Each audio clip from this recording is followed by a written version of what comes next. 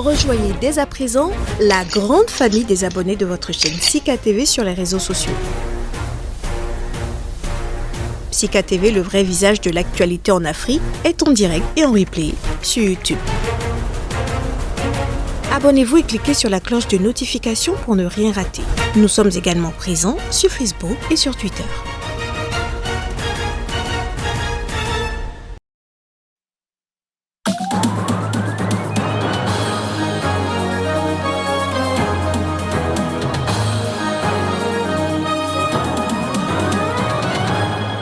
En RDC, Reporters sans frontières s'inquiète de la détention du journaliste congolais Sostène Kambidi. Il est poursuivi dans le cadre de l'enquête sur la mort de 2 experts onusiers en 2017. En Tunisie, le président Kais Saied manipule les dispositions constitutionnelles car il a bénéficié d'une grande légitimité populaire. C'est l'avis d'une professeure de droit que vous entendrez dans un instant. Et puis en Ouganda, un fonctionnaire de l'État écope 40 ans de prison. Il a été reconnu coupable de détournement de 22,5 millions de dollars, soit près de 15 milliards de francs CFA.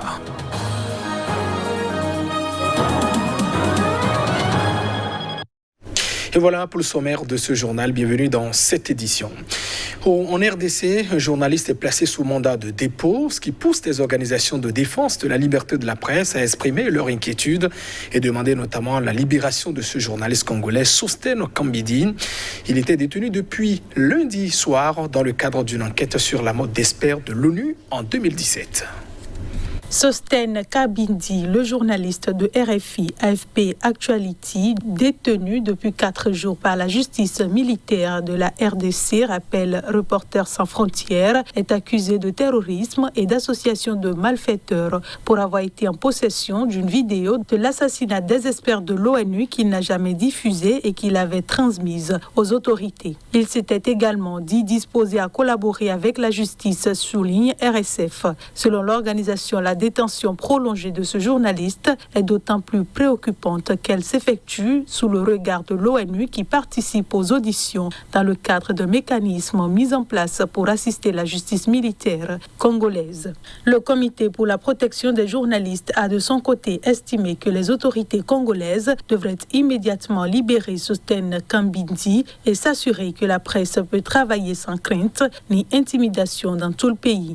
Il a été arrêté à son hôtel de Kinshasa dans la nuit de lundi à mardi. Dans un premier temps, il a été interrogé à l'auditorat militaire en tant que témoin, puis depuis mercredi en tant qu'inculpé. Son audition avait été suspendue dans la nuit de mercredi à jeudi. Lors de son point de presse quotidien à New York, Stéphane Dujarric, porte-parole de l'ONU, a précisé que le mécanisme de suivi de l'enquête mise en place par les Nations Unies sur l'enquête prodigue des conseils aux magistrats enquêteurs mais ne conduit pas les investigations ni n'interroge directement les témoins ou suspects. L'ONU s'assure notamment que les investigations sont menées conformément aux lois internationales. 2 experts des Nations Unies, la Suédoise Zaida Catalan et l'Américain Michael Sharp, avaient été tués le 12 mars 2017. Selon la version officielle des autorités de l'époque, ils ont été exécutés par des miliciens de la secte Kamuna Sapu, alors en guerre contre l'armée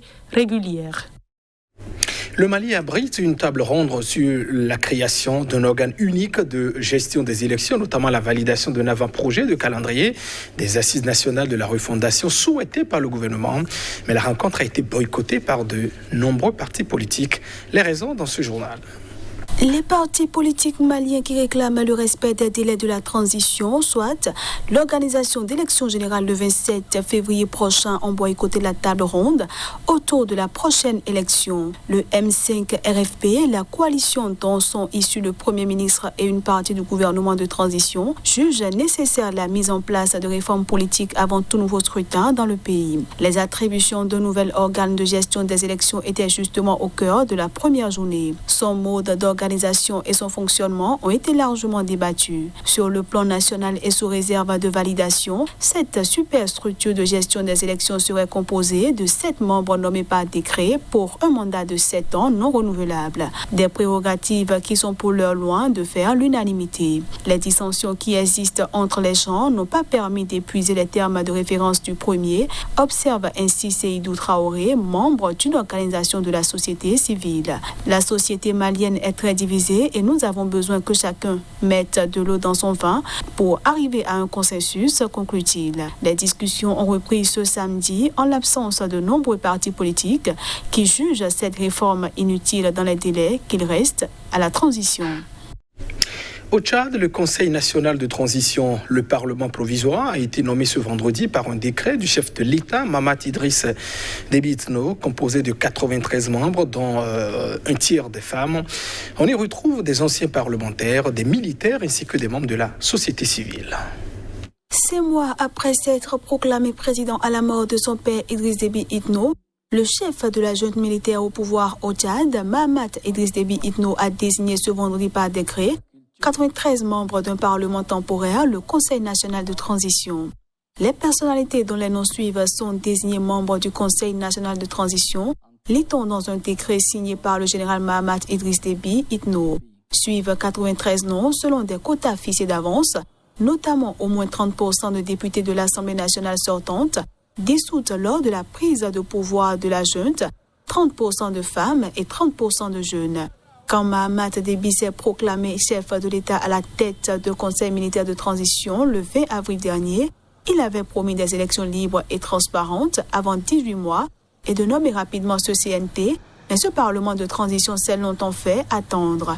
Des membres de l'ancienne opposition au défunt président Déby en font partie, mais aucun de la plateforme Wakit Tama, des partis et organisations de la société civile qui dénoncent le coup de force du fils Déby. Le Conseil national de transition va faire office d'Assemblée nationale de transition dans l'attente d'élections, a précisé un dossier distribué à la presse ce vendredi. La géographie et la culture. En Tunisie, à présent, on parle de cet avis de ce professeur de droit. Le président tunisien Kais Saïed, qui a renforcé ses pouvoirs, a bénéficié d'une grande légitimité populaire. C'est l'avis de cette constitutionnaliste qu'on écoute. Le chef de l'État a une grande légitimité populaire.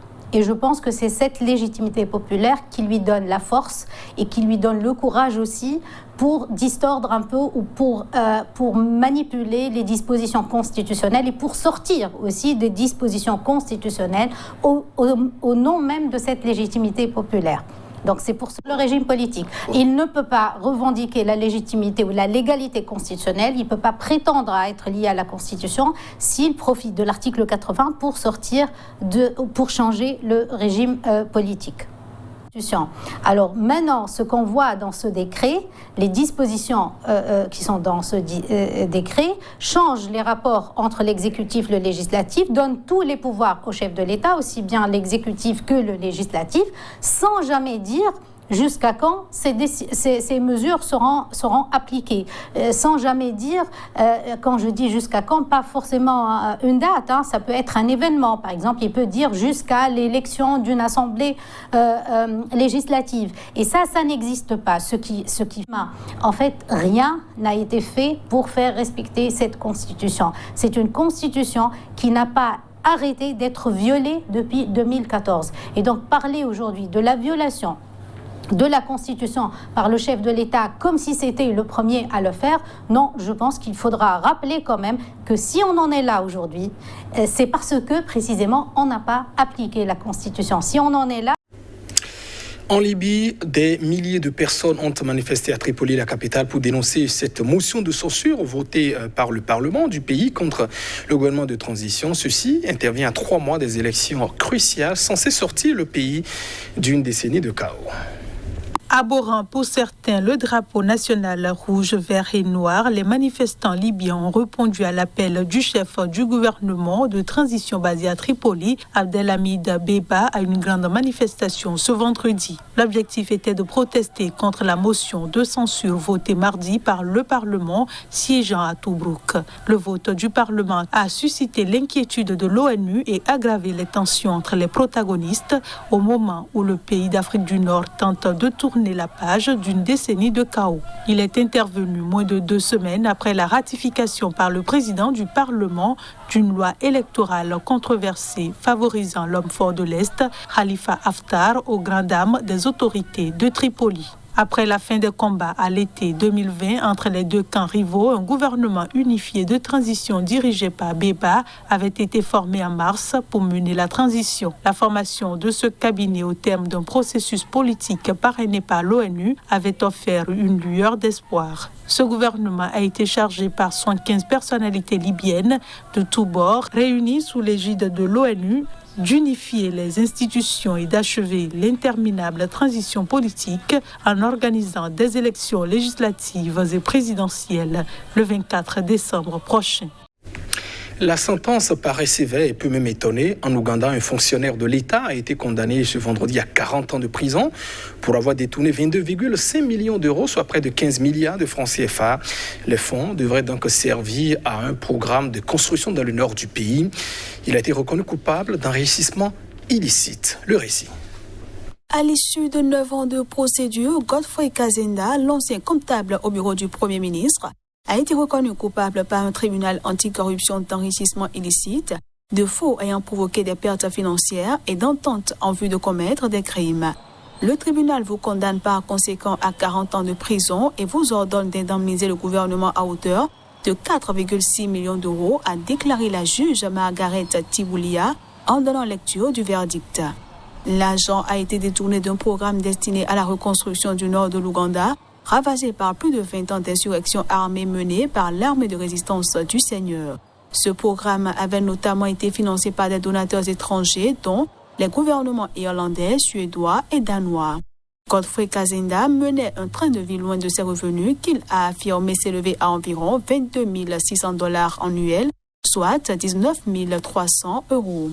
Selon le dossier judiciaire, ce fonctionnaire possédait 3 propriétés avec notamment une résidence de 20 pièces estimée à près de 800 000 €, ainsi que 4 luxueuses voitures de sport évaluées à 186 000 € et une autre voiture de luxe d'une valeur de 125 000 €. Tous ces biens ont été saisis. Les documents judiciaires indiquent également que Godfrey Kazenda a résidé pendant 10 mois dans une suite au prestigieux hôtel Sheraton Kampala et s'offrait des voyages vers des destinations haut de gamme à travers le monde. Lors d'une perquisition à sa résidence de Kampala, la police avait trouvé d'importantes sommes en liquide de diverses devises étrangères, dont 200 000 livres sterling, soit 233 000 €. Mesdames et messieurs, ce sera tout pour ce journal. Merci de votre attention. Au revoir.